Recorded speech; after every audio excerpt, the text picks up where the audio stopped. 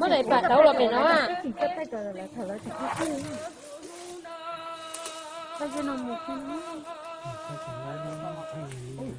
kia mà dọ cái cái này đó là để mình chỉ này dọ anh chỉ mới đó của kia là hậu của rất là sao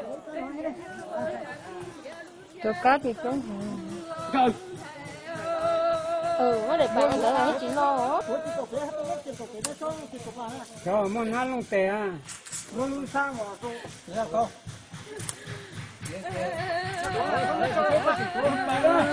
tao có một hết luôn kia chị thành cầu xin à xin món ăn luôn tè chị cháu kia mà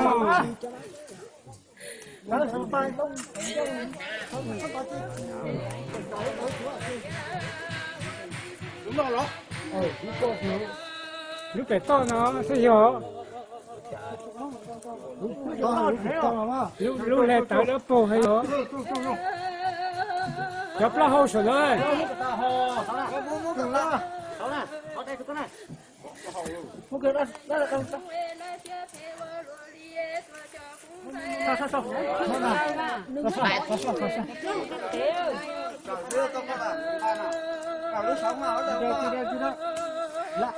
Được chụp luôn.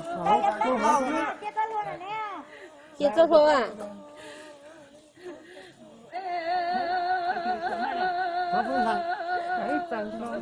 Mấy mà đây chụp luôn chứ.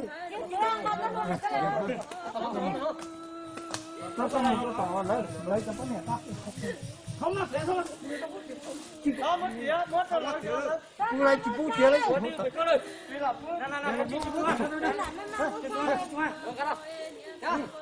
Nè, có rồi, to. Một số. Bỏ kia đâu. Không to đâu. À kia này. Ơi. Rồi kia. Rồi đó mà. Rồi tổng kết cho mà con. Tổng kết kia để to cái nào to đây. Rồi này cắt để ho. Đi chờ cái này bao nhiêu mà đây. Khang à, nước chỗ. Ôi con này. Ông phải thằng khách đi to là tôi mới tao đâu.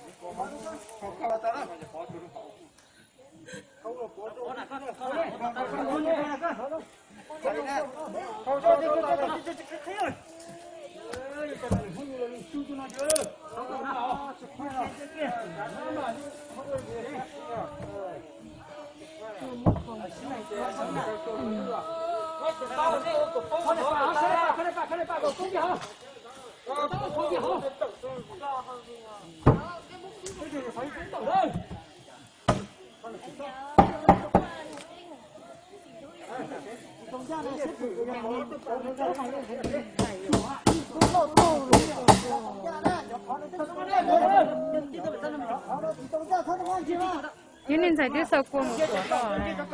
Yun sa sa kuno.